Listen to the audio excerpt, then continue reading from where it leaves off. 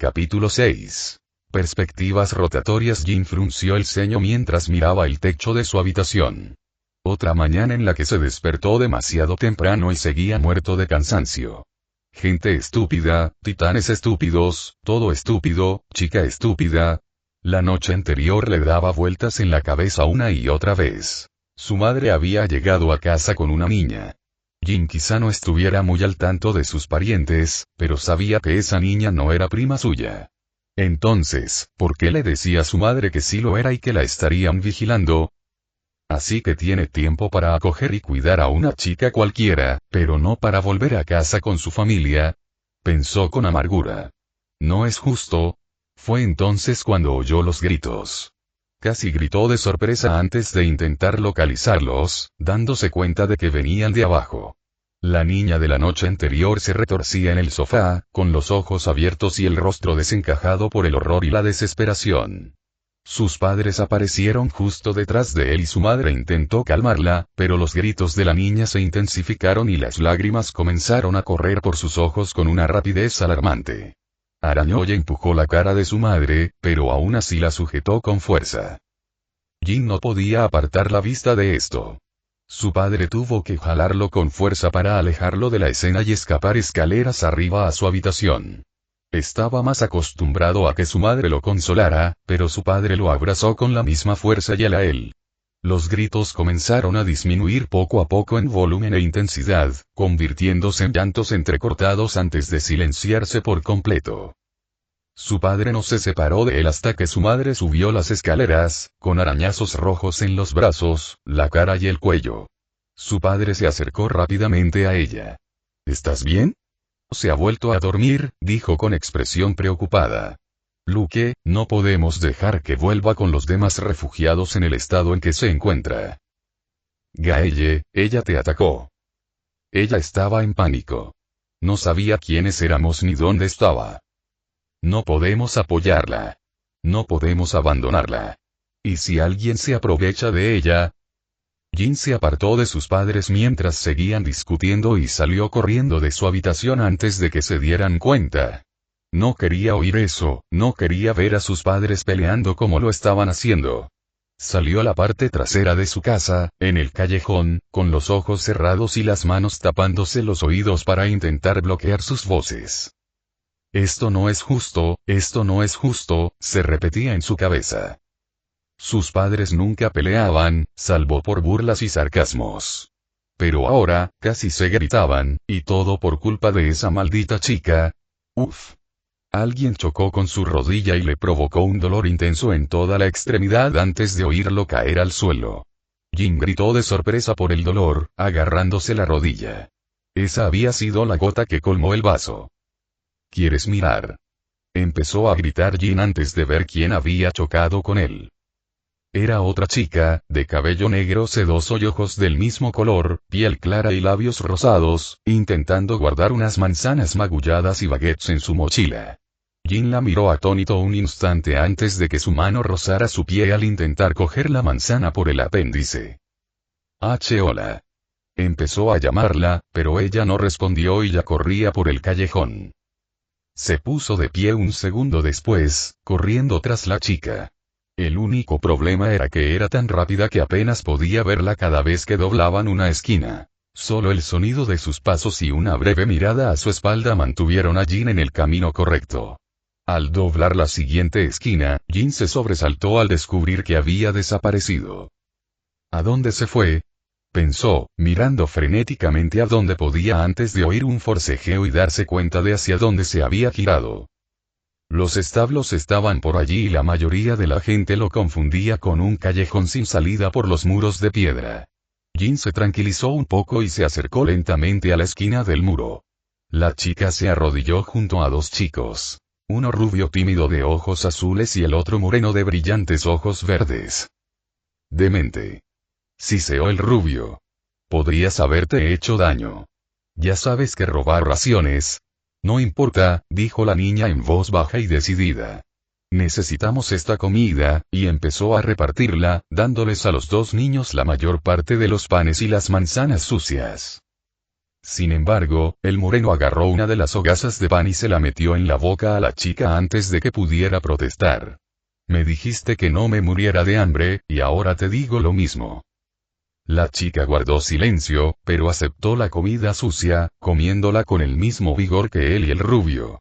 Jin parpadeó al observar a los tres comer. Era obvio que eran refugiados, solo por el estado descuidado de su ropa y cabello, y el hecho de que la chica aparentemente había robado raciones. De verdad no tenían dónde quedarse más que en los establos. De repente, lo jalaron bruscamente de la espalda de la camisa. Jin estaba a punto de exclamar cuando vio unos ojos azul grisáceos.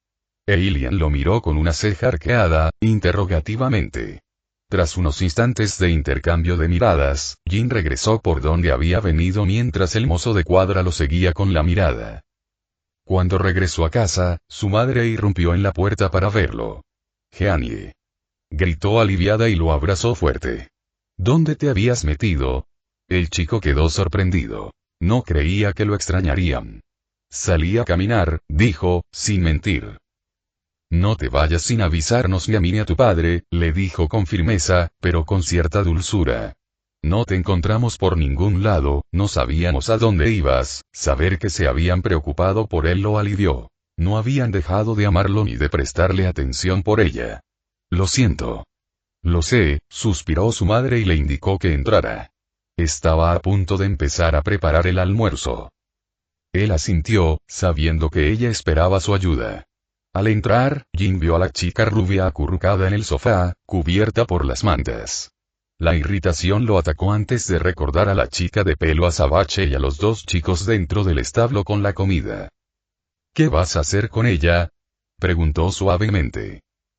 «Se quedará aquí por ahora», dijo su madre, pensativa pero decidida. «Espero que no te importe, Jeanie». «Está bien», dijo, para su propia sorpresa. Los días que transcurrían en casa de los Kirstein no cambiaban mucho, a pesar del nerviosismo que rodeaba a Trost. Gaelle seguía trabajando tan duro como antes para ayudar a los refugiados y se ausentaba desde el amanecer hasta bien entrada la noche. Esta vez, sin embargo, a Jin no le importó tanto. Pensar en la niña que vivía en los establos con los dos niños, teniendo que conformarse con tan poca comida, lo hacía sentir culpable por su ira hacia los refugiados. Ciertamente, no significaba que todavía los quisiera cerca, pero sabía que no podía cambiar lo sucedido ni su situación. La chica que Gaelle trajo se quedó con ellos como prometió, pero solo hasta que tuviera un lugar donde dormir. Todos los refugiados fueron llamados para ayudar a cultivar la tierra y a sembrar nuevos cultivos, y la chica fue llamada con ellos. Jin también vio a la misma chica y a dos chicos siendo reunidos para trabajar. Ella y Gaelle salían aproximadamente a la misma hora y regresaban tarde por la noche. Jin apenas veía a la niña fuera de esas ocasiones. Siempre que la veía, era cuando dormía, acurrucada entre las mantas del sofá. También había veces que la encontraba acurrucada en los rincones más oscuros de la casa, como si intentara esconderse del mundo. Nunca decía una palabra, ni siquiera su nombre. Sus deslumbrantes ojos azules siempre miraban a través de todo lo que tenía delante. Sinceramente, fue un poco desconcertante y bastante triste, y Jin sintió algo parecido a lástima por ella. No sabía qué había experimentado dentro del muro María, pero al ver el estado en que se encontraba, sinceramente no quería saberlo. Y luego, se emitió una proclamación. Todos los refugiados serían llamados a ser reclutados en un ejército para retomar Wall María. Capítulo 7. Esperanza y desesperación. El grito se escapó de la garganta de Tanya antes de que pudiera detenerlo. Incluso cuando intentó respirar, otro se le escapó y otros más le siguieron. No pudo detenerse, estaba fuera de su control. Ella no tenía control. Ese pensamiento la aterrorizó aún más, haciendo que sus gritos se intensificaran. Podía oír débilmente voces a su alrededor, una frenética e infantil, las otras más suaves y firmes. Dos brazos robustos la rodearon con fuerza, acariciándole la espalda y el cabello. «Está bien ahora, estás a salvo», murmuró la voz de una mujer. Tanya se tensó involuntariamente ante esto, abriendo mucho los ojos al ver a su madre superponerse con esta mujer antes de recordar la última vez que la vio. El crujido de dientes era audible en sus oídos y aún podía ver la mitad del cuerpo de su madre siendo arrojado lejos, manchando de rojo la mandíbula y el pecho del titán. Su siguiente grito se volvió más ahogado y no pudo evitar que las lágrimas resbalaran por su rostro al enfrentarse a la innegable verdad. Ningún lugar era seguro. Los titanes vendrían y se los comerían a todos. Ser décimo allanaría el camino y los usaría para arrebatarle todo lo que intentara ganar o hacer, todo con tal de inculcarle su retorcida versión de fe. Con esto en mente, Tanya se había dado por vencida. Si ni siquiera podía sobrevivir y prosperar sin que ese bastardo llegara y lo derribara todo, entonces no tendría la motivación para intentarlo siquiera. Su odio, su rencor, todo era tan insignificante e inútil frente a los titanes. ¿Qué podía hacer contra ellos? Estas personas, los Kirstein, le dieron un lugar donde quedarse, pero se sentía aún más atrapada allí que si estuviera sola. No podía mirar a Gaelle a los ojos, y su esposo e hijo le eran tan desconocidos que ni siquiera podía hacer el esfuerzo de interactuar con ellos. De hecho, se sentía aliviada de poder salir y hacer algo, aunque fuera un trabajo físico que las agencias de protección infantil de su mundo se arrancarían los pelos si lo hiciera. Pero el trabajo le ofrecía algo para distraerse. Los movimientos repetitivos absorbían gran parte de su tiempo y energía. Pronto se convirtió en su refugio y temía regresar a casa de los Kirstein, temía quedarse dormida y quedar atrapada en los oscuros recovecos de su mente. Luego se emitió la proclamación llamando a todos los refugiados a servir como soldados en un ejército para recuperar Wall Maria. Es ridículo. Es una niña y mi sobrina. No pueden hacer esto. Gritó Gaelle mientras uno de los soldados morenos la sujetaba. Los soldados llegaban a diario a recoger a los refugiados, sacándolos de sus cobertizos, tiendas y establos para prepararlos para partir. Tanya no se sorprendió cuando un grupo de soldados, a quienes apenas reconoció de cuando llegó a la Muralla Rosa, fue a buscarla mientras descansaba junto a Gaelle. La proclamación llama a todos los refugiados disponibles a luchar por la humanidad. ¿Desafiarías las órdenes del rey por razones tan egoístas? Preguntó el pelirrojo con una mueca apenas contenida. Tanya no pestañeó ni se movió mientras la corpulenta mujer intentaba luchar contra los soldados, solo para recibir un revés antes de que la rubia fuera apartada. No forcejeó ni se resistió mientras la arrojaban junto con los demás que estaban siendo acorralados. Solo había unos pocos soldados del cuerpo de inspección con ellos, todos a caballo y con las armas preparadas. Los refugiados fueron instruidos sobre las debilidades de los titanes y las posibles estrategias para enfrentarlos, a pesar de no contar con el equipo de maniobras 3D. Tanya apenas escuchó. Esto solo era un repaso de lo que ya sabía, lo que solo aumentó su depresión. ¿De qué servía esto si los soldados que luchaban incluso en su mejor forma morían con frecuencia? ¿Cómo podrían sobrevivir si tenían tanto menos, y mucho menos recuperar la Muralla Maria? Muchos no tenían armas ni provisiones, solo la ropa que llevaban puesta. Algunos llevaban horcas, hachas y cuchillos. Algunos optaban por portar banderas con el emblema del cuerpo de exploración, aunque Tanya sospechaba que las tenían para usarlas como armas o distracciones, más que como un símbolo real. Uno de los soldados más jóvenes intentó darles armas a ella y a los adolescentes presentes. Ahora sé que no parecen gran cosa, dijo, señalando las herramientas desafiladas y golpeadas que tenían delante, pero son mucho mejores que nada. Tanya terminó con un hacha sin filo con medio mango, pero sus manos la aferraron con fuerza. Su mente divagaba mientras el soldado seguía hablando, sin molestarse en escuchar.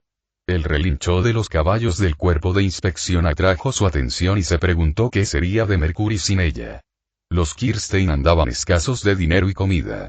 No le sorprendería que lo vendieran o se lo comieran. Pero la idea de perderlo, lo único que le quedaba de su antigua vida y el recuerdo de lo que tenía, solo la hacía sentir peor. Nos iremos mañana temprano por la mañana. Descansen mucho, terminó el soldado, aunque con poco entusiasmo cuando vio las miradas fijas sobre ella. La rubia se alejó para sentarse al borde del campamento improvisado, sin ganas de estar rodeada de gente, lo cual pronto resultaría inútil al ver cómo conducían a más y más refugiados hacia ellos.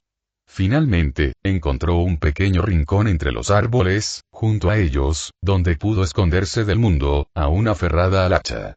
Algunos se sentaron y miraron al vacío como ella, mientras otros suplicaban que lo soltaran. Una pobre mujer intentó huir, pero fue atrapada y golpeada por los soldados de la guarnición. Algunos aún conservaban una mirada de determinación, con los puños apretados y posturas firmes.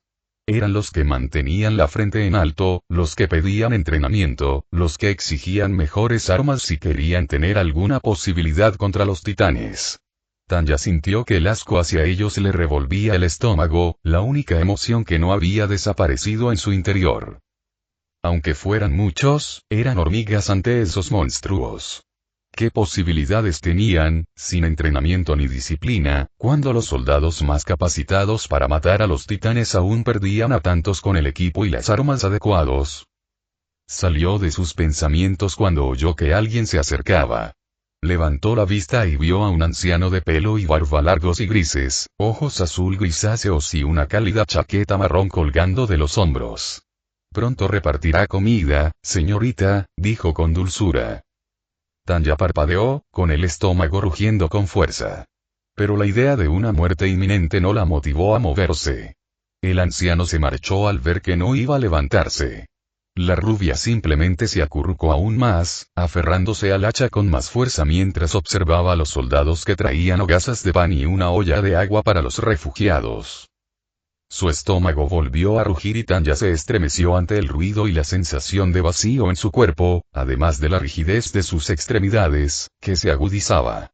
Pero aún no era suficiente motivación para moverse, y se encogió aún más mientras observaba cómo se desataba una pelea entre algunos refugiados entre las raciones, derramando la olla de agua. «Aquí». Levantó la vista y vio al mismo anciano ofreciéndole media baguette y una lata de agua. Tanya parpadeó con aire de búho, gritando en gran parte que se la quitara de las manos para fastidiarlo o que simplemente siguiera ignorándolo. Pero su estómago rugió aún más fuerte y la sensación de vacío se hizo más incómoda, así que aceptó ambas cosas. El arrepentimiento la invadió casi de inmediato al dar el primer bocado. El pan estaba duro y rancio, tan duro que le dolían los dientes. El anciano se arrodilló junto a ella y le dijo: «Prueba a echarle un poco de agua. Lo ablanda bastante». Tanya obedeció, vertiendo con cuidado unas gotas y dándole un mordisco. Ahora sabía a pan blando y le dio náuseas al ver la textura, pero era más suave, así que pudo comerlo bien. Pero apenas le llenó el estómago, y la comida y la bebida se le quedaron como piedras. Le lanzó al anciano una mirada vacía y se acurrucó de nuevo donde estaba, esperando que se fuera si lo ignoraba. «Es difícil creer que hayan reclutado a un niño aquí», dijo, con una expresión suave y compasiva. La rubia hundió la cabeza en las rodillas, con un gemido de fastidio en la garganta. Porque este viejo no la dejaba sola, rumiando en su desesperación existencial. «Hiciste lo que pudiste para sobrevivir», dijo el anciano, con su voz extrañamente desorientada pero determinada y segura.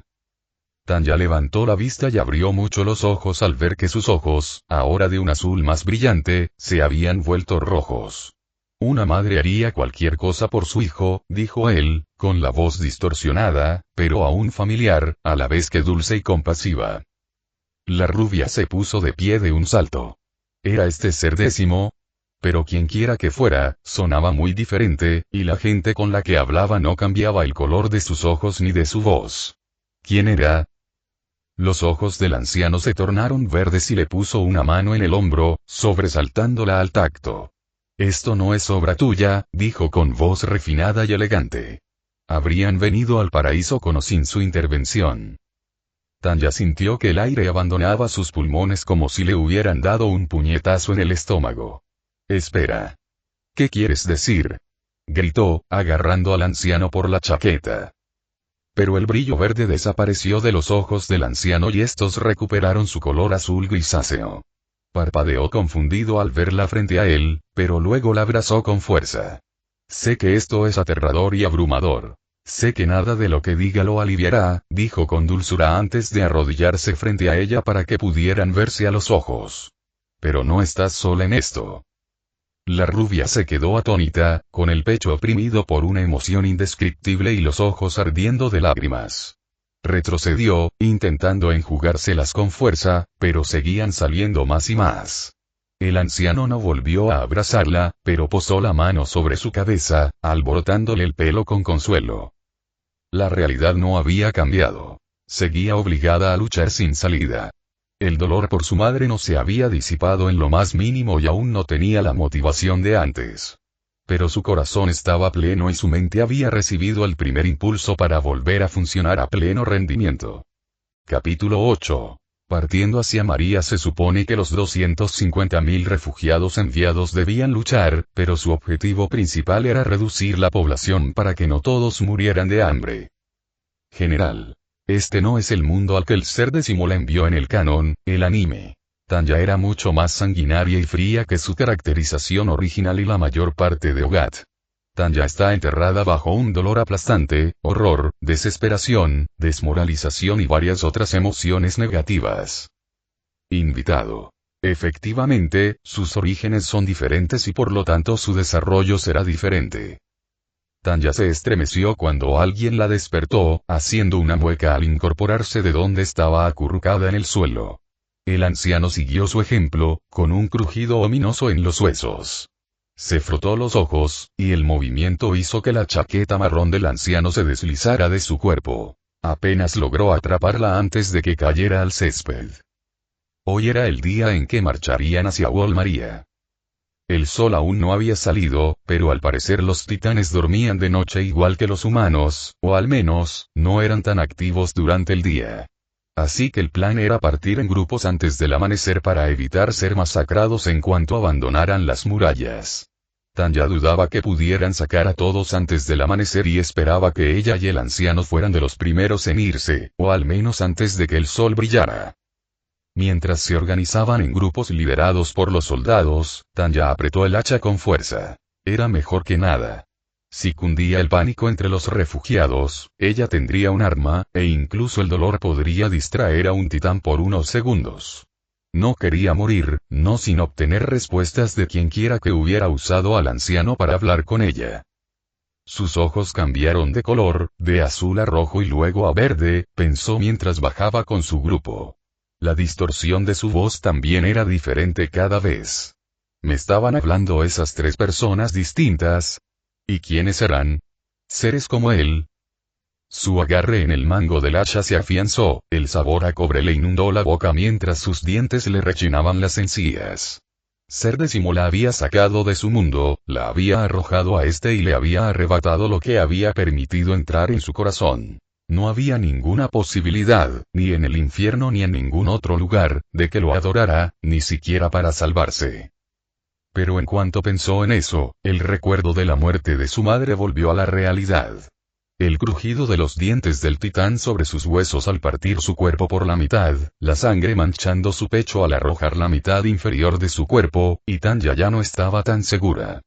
Su agarre en el mango del hacha le puso los nudillos blancos y sintió al anciano alborotarle el cabello con suavidad. Su agarre se relajó, solo un toque. Cada grupo estaba liderado por soldados del cuerpo de inspección, quienes recibieron un discurso sobre su valentía y su respeto por la humanidad. Tanya se preguntó si creían lo que decían, sin siquiera molestarse en escuchar. Ya había oído lo necesario para luchar y sobrevivir. Lo había descartado el día anterior, pero se sentía profundamente aliviada al recordar lo que habían dicho.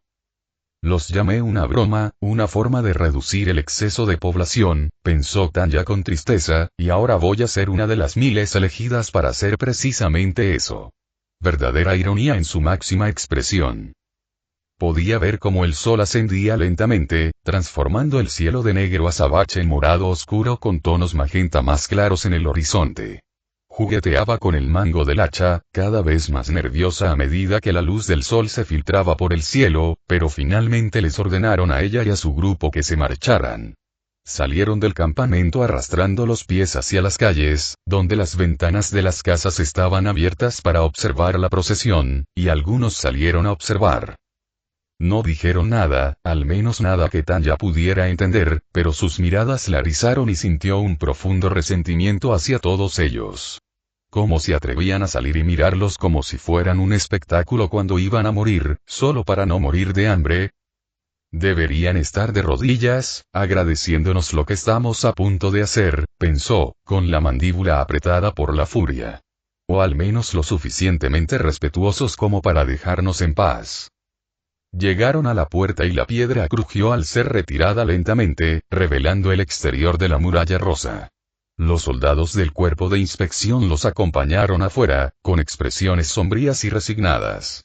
A Tanya se le revolvió el estómago mientras la procesión la acercaba y la empujaba bajo el arco de la muralla antes de percibir el tenue aroma a hierba. Habían entrado en el muro María. Los pasos de Tanya comenzaron a disminuir, los sonidos ahogados por el corazón que latía contra su caja torácica y llenaba sus oídos. Una mano suave la sujetó del hombro y Tanya jadeó por la presión antes de volverse, con los ojos muy abiertos mirando al anciano. Su mirada era solemne y resuelta. No había consuelo en el gesto ni en su mirada. Solo pretendía hacerla entrar en razón.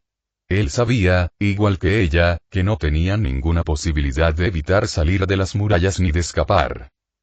Lo único que pudieron fue intentar mantener la cabeza fría y morir con algo de dignidad. Aelian bostezó un poco antes de envolverse mejor con su abrigo y continuó cepillando al semental gris que le había sido confiado por tiempo indefinido. Si no fuera por su experiencia, se sentiría desanimado por la incomodidad que Mercury claramente mostraba. SHH, murmuró, pasando suavemente la mano por el costado del caballo para calmarlo. Todo irá bien, la señora Kirstein le había pedido que lo cuidara y que no permitiera que nadie se lo llevara ni intentara comprarlo mientras su amo se recuperaba, firmando el contrato de arrendamiento correspondiente y pagándolo en ese momento. Él había accedido para proteger al magnífico caballo, que tenía la complexión de los caballos del cuerpo de inspección y el mismo temperamento. Había recibido varias propuestas similares de criadores, soldados y comerciantes. Incluso entonces, no era raro que los niños también lo pidieran, heredándolos de un pariente anciano o fallecido. O bien mantendrían un pago fijo para la comida y los suministros de sus caballos, o Aelian se haría cargo de la carga para que no estuvieran incómodos. No era culpa de los caballos que sus amos fueran tacaños o simplemente estúpidos. En cualquier caso, Aelian veía pocas posibilidades de que el semental gris recibiera cuidados, incluso si los Kirstein ahorraban el dinero. Los gastos de manutención de los caballos no eran para reírse, y mucha gente subestimaba la cantidad de cuidados que necesitaban para prosperar. Los había visto consumirse en los establos, abandonados por sus amos. Hizo todo lo posible por ellos con su propio salario, pero la falta de dinero siempre los condenaba a la muerte. Ese no era un final apropiado para ellos, y ciertamente no para un caballo del cuerpo de inspección. Aelian negó con la cabeza, ahuyentando sus pensamientos. Se le ocurrían varias cosas mejores que hacer en lugar de preocuparse por lo que sabía que era inevitable. Al terminar de cepillar la melena de Mercury, oyó los pasos familiares de las botas militares y unos pies muy cómodos. Cerró los ojos un momento mientras respiraba hondo y luego levantó la vista. ¿Trabajas duro o apenas trabajas, Maddox?, preguntó el soldado pelirrojo con indiferencia. Oficial Driscoll, saludó Aelian cuidadosamente al soldado. Esta vez no parecía borracho, pero a Aelian no le importaba la sórdida confianza que siempre parecía proyectar, ni como siempre caminaba como si todo lo que veía fuera suyo. Especialmente cuando tenía sus ojos fijos en Mercurio. Aelian recordó que la señora Kirstein le había insistido en no dejar que ningún soldado intentara llevárselo, y él cambió de postura para situarse frente al semental gris, con una mano en la cerca y el poste suelto que se soltaría con un buen tirón. Mercury relinchó con fuerza, golpeando el suelo con los cascos mientras forcejeaba contra el establo.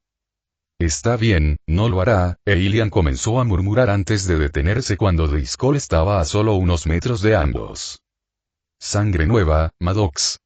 Parece fuerte, comentó el soldado pelirrojo. Gracias, señor, dijo Aelian, apretando el poste con más fuerza. Su dueño está muy orgulloso de él. Apuesto a que sí. Sin embargo, parece que los reclutaron para retomar la muralla María, suspiró el soldado con fingida tristeza antes de extender la mano. Dijeron que les gustaría que su noble corcel no se consumiera, sino que siguiera sirviendo a la humanidad de la mejor manera posible. Aelian entrecerró los ojos al ver que los relinchos de Mercury adquirían un tono frenético. Lo siento mucho, señor, pero necesito permiso por escrito para transferir la propiedad, dijo antes de añadir. Además, ya se ha adquirido la propiedad de este caballo. Técnicamente era cierto, considerando el aparente interés de la señora Kirstein en el dueño del semental gris y el suyo propio que siempre tenía con los caballos bajo su cuidado. Driscoll entrecerró los ojos al oír esto y Aelian se tensó al ver que las líneas duras le apretaban el ceño, uno que siempre provocaba una pelea o un arresto. ¿Sabes cuál es la pena por mentirle a un oficial, verdad?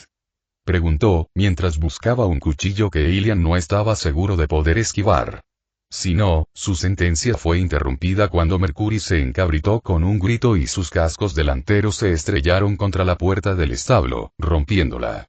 Driscoll abrió los ojos de par en par al correr hacia el semental gris, pero los cascos de Mercury lo impactaron, desplomándolo contra la pared del callejón. Aelian se quedó atónita al ver cómo la cabeza de Driscoll colgaba de su cuello, con los ojos vidriosos y sin vida, mientras el semental gris corría por el sendero hacia las calles. Capítulo 9. Lady Murphy. Las manos de Tanya temblaban tanto que le costaba sostener el hacha, con el rostro encogido por los rayos del sol matutino. El anciano estaba a su lado, con vendajes toscos que sujetaban su brazo contra una férula, con los ojos nublados por el dolor. Maldita sea. Su grupo continuó por el camino trillado, mientras el sol ascendía lenta pero seguramente por el este a medida que avanzaban. Una ventaja de esta aventura era que cada grupo ya tenía un destino y un lugar donde refugiarse. El suyo era el distrito a pocos kilómetros al sur de Trost, Rue. En el camino había varios árboles y una peculiar granja que les servía de refugio ideal. Esto no calmó en absoluto a Tanya, pues recordaba cómo el titán había destrozado la casa solo para llegar a su madre. A menos que hubiera sótanos o túneles debajo, o si los titanes perdieran el interés, las casas serían poco más que una distracción y podrían atraparlos aún más. Avanzaron con rapidez, alentados por los soldados del cuerpo de inspección mientras el sol ascendía y ahuyentaba la noche. Tanya se debatía entre correr hacia adelante o mantener el paso al mismo ritmo que el anciano para no separarse. La idea de ser atacada en el camino y ver cómo todos eran devorados de cerca la asaltaba, y por mucho que lo intentara, Tanya no podía evitarlo, sobre todo cuando creía firmemente que esto sucedería. Pero aún no se habían topado con titanes. Habían visto algunas siluetas a lo lejos, pero no los habían notado o simplemente los ignoraron. La sola idea de que esas criaturas los observaran como hormigas y que solo tuvieran que prestarles atención, desató en Tanya una lucha de miedo gélido y una furia hirviente. A pesar de sus miedos, habían llegado a Rue sin ser detectados. Ver la civilización de nuevo disipó un poco su miedo y el anciano sonrió suavemente, aliviado. Aún tenían un plan aunque lleno de agujeros y con muchas posibilidades de salir terriblemente mal y una tapadera hacia los titanes no se les ocurría destrozar los edificios y si tenían sótanos, pero aún así era algo. No puedo hacer esto. Ahí está, no pudo evitar pensar, como un moreno unos años mayor que su parada, con los ojos abiertos y aterrorizado. No puedo hacer esto, repitió él, con la voz aguda y desafiante. No lo haré. Oye. Empezó una soldado morena del cuerpo de exploración, dirigiendo su caballo hacia el moreno, solo para que éste la señalara y exclamara con voz chillona. Todo esto es culpa tuya. Si hubieran hecho su maldito trabajo, no estaríamos aquí. Tanya sintió que se le helaba la sangre al ver que el moreno seguía chillando. Intentaba que los titanes se fijaran en ellos. Los refugiados ya intentaban calmarlo, pero la voz del moreno solo subía de volumen. No voy a dejar que me uses como escudo. No lo haré, no lo haré, no lo haré. Su siguiente palabra fue finalmente interrumpida por el sonido de una pala empuñada por una mujer mayor que impactó la cabeza del moreno. Tanya se quedó atónita ante el repentino ataque y se estremeció cuando la mujer la levantó por encima de la cabeza del chico, con la mirada fija y furiosa, mientras comenzaba a inclinarla para que fuera el extremo más afilado el que golpeara. Sin embargo, un hombre moreno agarró el mango de la pala y la golpeó en la cara, derribándola. Pero el daño ya estaba hecho, los refugiados murmuraban entre ellos y unos cuantos miraban a los soldados del cuerpo de inspección con nuevo rencor. Tiene razón, no deberíamos estar aquí. Es su culpa por no mantener a los titanes fuera. Solo estamos aquí para reducir el número de muertos. De repente, una mujer rubia y sucia agarró una de las espadas que llevaba un soldado moreno al costado y lo apuñaló en el pecho. Lo derribó y montó en su caballo, animándolo a seguir. Otros refugiados comenzaron a apiñarse alrededor del caballo, intentando desembarcar a la rubia, y uno logró hacerlo antes de que su cabeza se estrellara contra el adoquín. Tanya casi fue aplastada por los refugiados mientras estallaban más peleas antes de que el anciano la agarrara del brazo y la arrastrara, intentando escapar de la multitud. Mientras se abrían paso entre la gente, el anciano jadeó de dolor cuando un martillo le impactó el brazo y Tanya se estremeció al sentir el crujido que le subía por el brazo, ahora doblado hacia atrás. El estremecimiento se convirtió en un violento y frío escalofrío al sentir el suelo temblar por la fuerza de unos pasos gigantes. No perdió tiempo y sacó al anciano de entre la multitud hacia uno de los edificios. Probó los pomos de la puerta antes de encontrar uno abierto y lo condujo adentro antes de cerrarla de golpe, echarle llave y esconderse bajo las ventanas mientras los gritos comenzaban. Sé que las cosas saldrán mal, pensó con amargura, pero esto... Echó un vistazo furtivo al anciano, que aún apoyaba el brazo astillado contra el pecho. Tenían muchísima suerte de que ya hubiera agua almacenada en la casa. Tanya incluso encontró sábanas limpias en un pequeño cesto de ropa junto a la estufa y un trozo de leña gruesa y recta para vendar y entablillar al anciano, todo lo cual era accesible arrastrándose por las paredes hasta la cocina sin ser vista por las ventanas. Pero poco podía hacer ante el evidente dolor que sentía. Tanya se había roto un brazo en su vida anterior y aún recordaba que el dolor le había quitado el aliento que no había usado para gritar.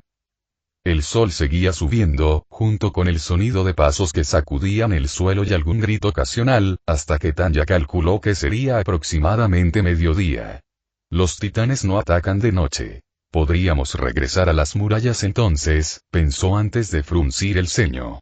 Pero los demás podrían tener la misma idea, e incluso si logramos regresar, no hay garantía de que nos dejen entrar. El temblor se hizo más fuerte fuera de la casa y Tanya se quedó sin aliento al ver al titán pelirrojo avanzando pesadamente justo afuera, separado solo por la puerta y la pared. El pánico se apoderó de ella y la niña luchó por no gritar de nuevo mientras la muerte de su madre comenzaba a pasar ante sus ojos. Al instante siguiente, el anciano la abrazó con el brazo sano y le dio su abrigo para que lo mordiera. Tanya obedeció, con lágrimas deslizándose por sus ojos fuertemente cerrados mientras los pasos continuaban pasando junto a ellos. Jadeó al soltar el abrigo, intentando contener el sollozo y limpiarse las lágrimas y la mucosidad de la cara. ¿En qué estaba pensando? ¿Esperando que las cosas no salieran como lo hicieron? ¿Qué importaba ahora, si estaba atrapada con los titanes sin posibilidad de escapar?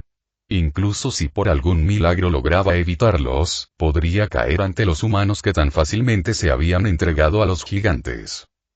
El sol seguía asomando por el horizonte y Tanya se arrastró de vuelta a la cocina por el único ángulo ciego de las ventanas.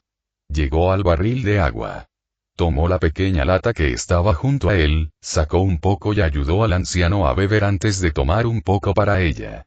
Una parte de ella habría querido explorar más el espacio y encontrar comida, pero dudaba de su capacidad para digerirla y no quería arriesgarse a que la vieran a través de las ventanas. Al moverse para regresar a las sombras, Tanya vio algo que su cautela y pánico habían impedido antes. Una puerta junto a las escaleras. La chica se acercó sigilosamente y sintió alivio al ver que estaba lo suficientemente lejos de las ventanas como para abrirla lentamente. Se asomó y vio un pequeño callejón, protegido por basura y un hueco. Apretó los dientes en una sonrisa de alivio. Tenían un escondite razonable y una ruta de escape. Se volvió hacia el anciano y le hizo un gesto. Él negó con la cabeza y señaló el cielo mientras oscurecía, y luego las escaleras. Bien, será mejor que nos movamos cuando hayamos descansado, concluyó la chica y cerró la puerta antes de agarrar una de las sillas y ponerla contra el pomo de la puerta. Mientras el cielo se oscurecía, Tanya ayudó al anciano a subir las escaleras antes de llegar a otra puerta. La abrió y encontró una cama individual. Había una ventana, pero las cortinas estaban corridas. El anciano le tocó el hombro y señaló una lámpara de aceite en la mesita de noche. Tanya respiró aliviada al encontrar cerillas y encenderlas. Proyectaba sombras en la habitación, pero clarificaba el entorno. La chica ayudó al anciano a acomodarse en la cama y le puso una almohada extra bajo el brazo antes de explorar la habitación. Encontró dos puertas a cada lado. Una que daba a una habitación con una cama más pequeña y un pequeño baúl de juguetes en la esquina, y otra que daba a un baño. Tanya rebuscó rápidamente en ambos armarios buscando ropa para ella y para el anciano. La ropa del dormitorio principal le quedaba bien, pero la del niño le quedaba un poco grande. Al explorar el baño, encontró un barril con poco más de la mitad del agua, algunas toallas y un lavabo. Al verlos, Tanya se dio cuenta de la suciedad que tenía en el cuerpo. Aún no. Ayudó al anciano a quitarse la ropa y tomó una de las toallas para lavarlo. Parecía avergonzado, pero resignado y un poco avergonzado de no poder hacerlo solo, pero Tanya negó con la cabeza antes de que pudiera protestar. Era peligroso mover demasiado un brazo roto, y a ella le parecía bien. Después de terminar, Tanya lo ayudó a ponerse la ropa nueva. Una camisa abotonada y un pantalón marrón claro, y le volvió a vendar el brazo contra la férula antes de regresar al baño. Tanya suspiró aliviada mientras se lavaba la mugre, el sudor y el barro, pero se conformó con no lavarse el pelo, ya que necesitarían toda el agua posible. Se puso una camisa blanca abotonada y unos pantalones gris oscuro y miró su ropa vieja. Su ropa original estaba en las ruinas de su antigua casa y le entristecía dejarla allí. Pero el alivio de estar limpia y con la ropa puesta lo compensaba un poco, y al ir a abrigarse, sus ojos se fijaron en el pequeño espejo que había allí. Tanya nunca había sido robusta, pero ahora su cuerpo estaba casi delgadísimo. Apenas se le veían las costillas del pecho. Las articulaciones de las extremidades y los dedos se marcaban en la piel. Su rostro estaba demacrado y ojeroso, con ojeras y un brillo atormentado en la mirada. Pero el mayor cambio fue su cabello. Los mechones, antes dorados, se habían vuelto pálidos, casi completamente blancos. Sus dedos se posaron en los mechones, con los ojos abiertos mientras los examinaba. ¿Síndrome de María Antonieta?, se preguntó.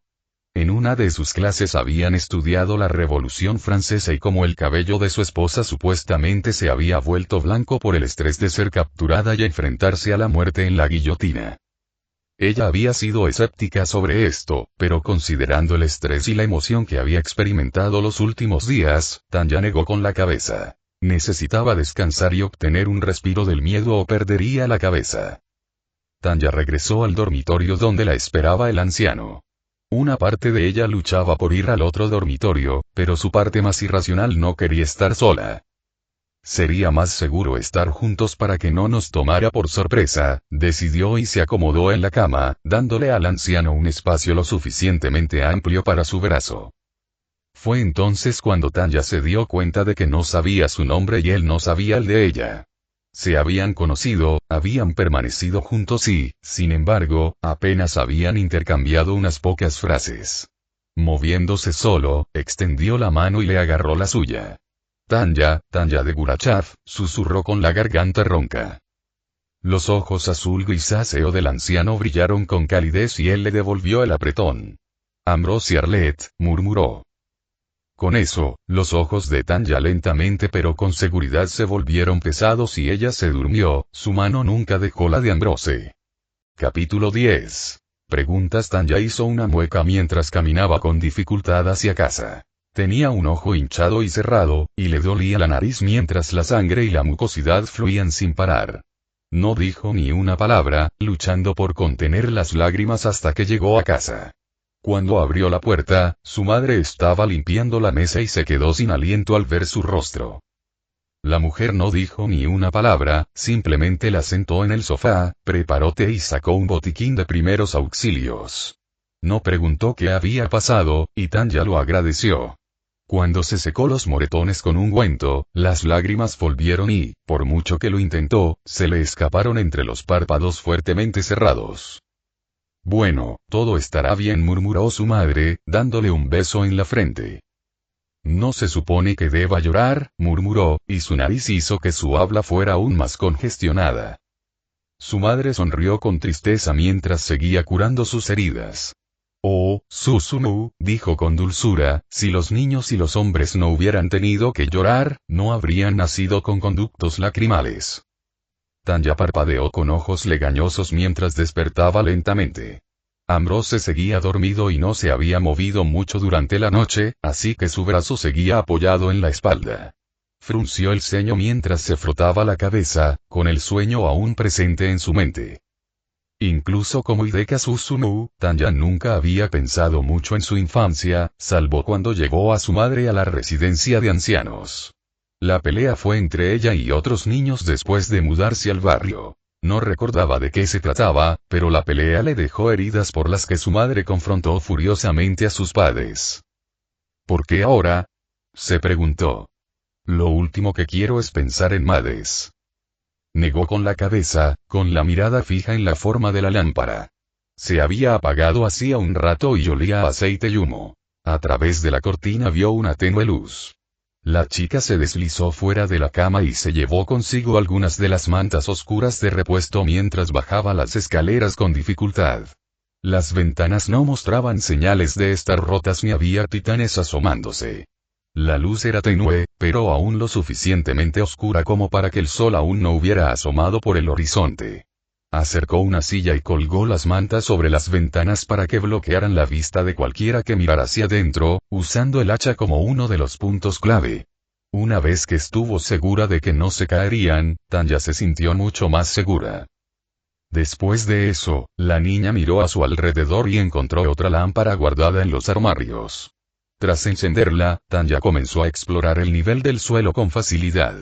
Junto al barril de agua y la caja de leña, encontró una despensa con una caja de hierbas, carne seca, unas lonchas de tocino, 2 hogazas de pan, unas manzanas magulladas, 2 sacos de harina y arroz, respectivamente, y un tarro de mantequilla.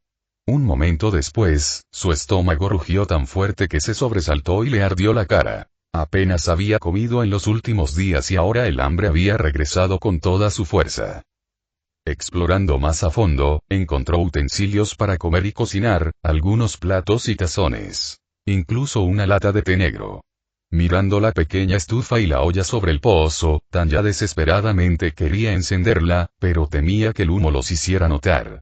Pero el agua podría estar mejor si se hierve. No sabemos cuánto tiempo lleva viva o si se han instalado bacterias, pensó una parte de ella.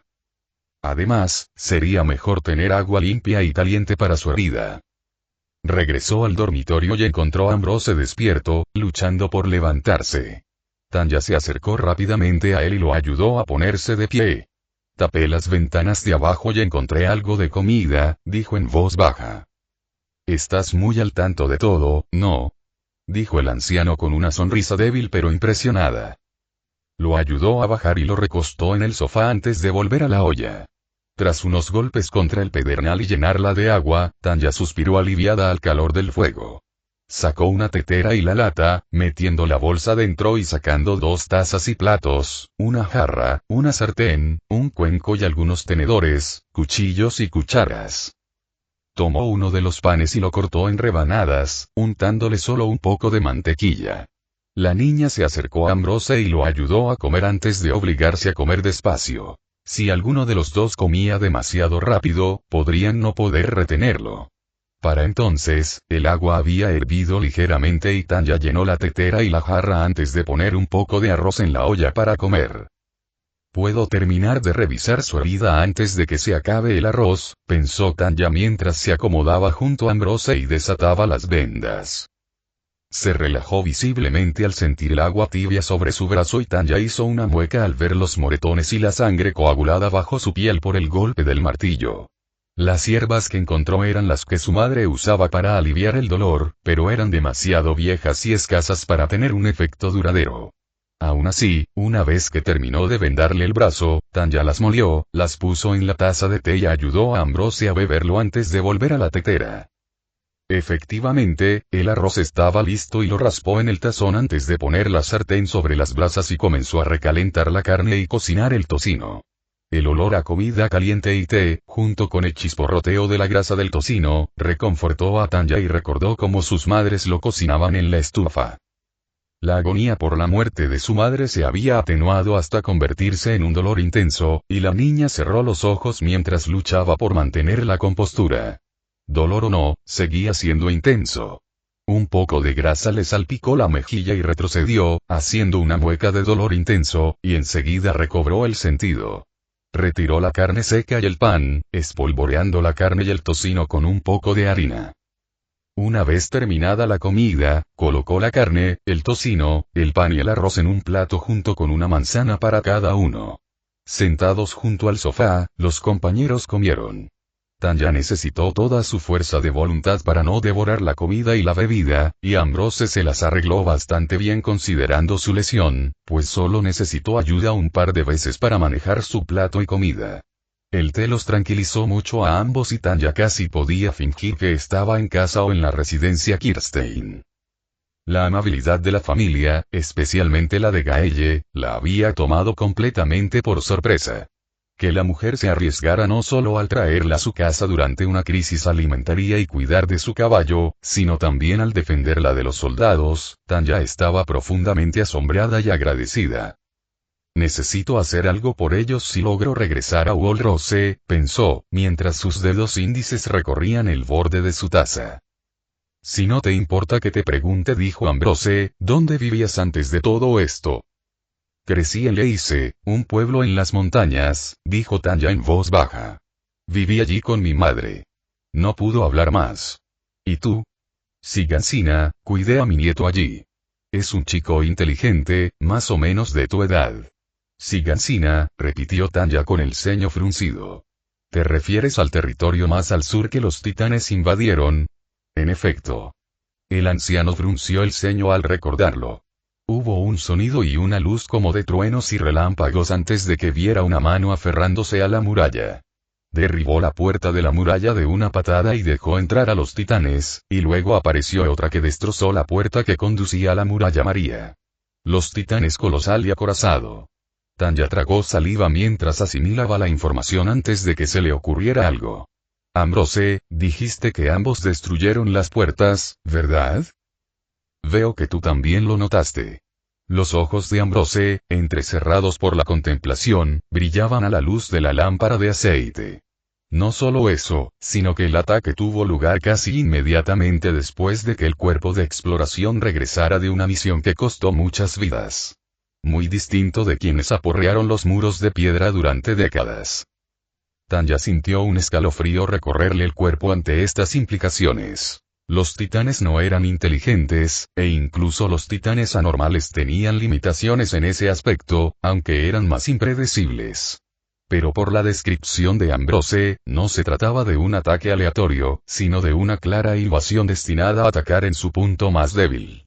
Era obvio que estos dos titanes al menos eran inteligentes. Como si no tuviera ya bastante que temerles. ¿Pero por qué ahora? Se preguntó. Si eran capaces, ¿por qué esperar un siglo entero para atacar? ¿Por qué? Se preguntó Ambrose, cerrando los ojos con cansancio. No puedo comprender qué pasa por la mente de esas criaturas. La chica se desplomó en el sofá, sin apetito. Así que los titanes que derribaron los muros tenían inteligencia, ¿cómo les ayudó eso? Simplemente la avivó el miedo y le bajó la moral ante la posibilidad de titanes más inteligentes. Eres el culpable de esto, ¿no es así, Ser Décimo? Pensó, mientras su rostro comenzaba a adoptar una expresión furiosa antes de recordar las palabras que Ambrose había dicho.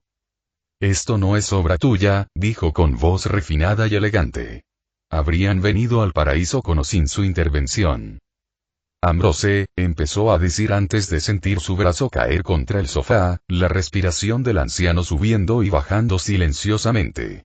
Negó con la cabeza. Necesitaba descansar después de lo sucedido, ella no.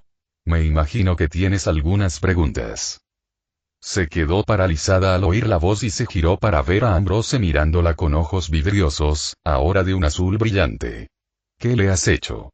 Exclamó. Paz, por favor. Sus ojos estaban rojos. De verdad que está descansando, de eso estamos seguros. Nosotros. ¿Sois más de uno? En efecto. Ahora estaban verdes. Nuestro tiempo es limitado. Haga sus preguntas y responderemos con lo mejor de nuestras habilidades. Limitado. Tanya se sintió incrédula ante esto. Si eran como deidades como Ser X, ¿por qué dirían algo así? Nuestro poder ha crecido y disminuido a lo largo de este siglo, pero las semanas siguientes lo han reducido a casi cero, dijo Ojos Verdes, como Tanya se refería mentalmente a este. Y antes de que preguntes, interrumpió Ojos Azules, es porque quienes nos siguen están perdiendo la fe por miles. Casi no queda nadie que realmente crea en nosotros, y mucho menos que ore por nuestra bendición. Entonces confías en las oraciones y la fe de otros en lugar de ser omnisciente y poderoso, pensó Tanya. En efecto. No parecen tener el mismo poder que Ser X y me lo están diciendo directamente, pensó la chica antes de preguntar. ¿Alguno de ustedes está conectado con Ser X? ¿Con Ser Décimo te refieres al poder extranjero? Preguntó Ojos Rojos antes de negar con la cabeza Ambrose.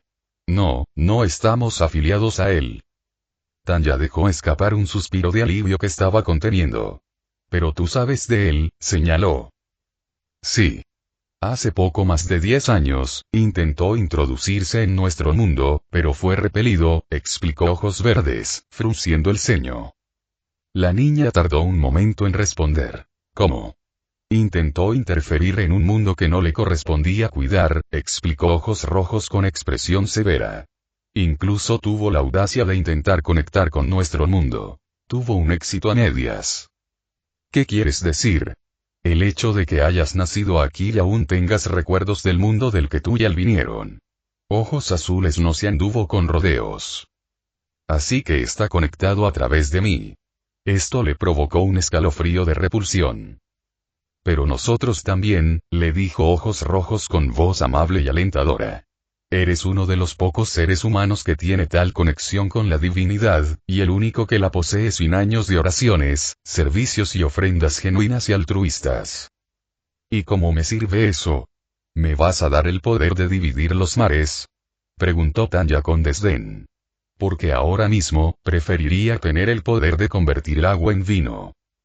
Voy a asumir que esas referencias eran profundas en tu mundo, dijo Ojos Verdes con expresión inexpresiva antes de continuar. Esta conexión con nosotros no solo nos da libertad para interactuar contigo, sino que, Ambrose se estremeció de repente y el verde desapareció de sus ojos, que se le pusieron en blanco y el anciano se desplomó en el sofá.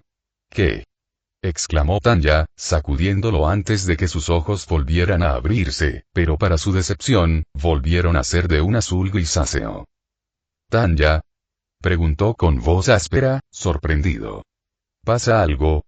La chica dejó de sacudirlo y se desplomó sobre las puntas de las rodillas, con la mente acelerada. Solo pudo negar con la cabeza, aturdida, y murmurar una disculpa antes de desplomarse en el sofá.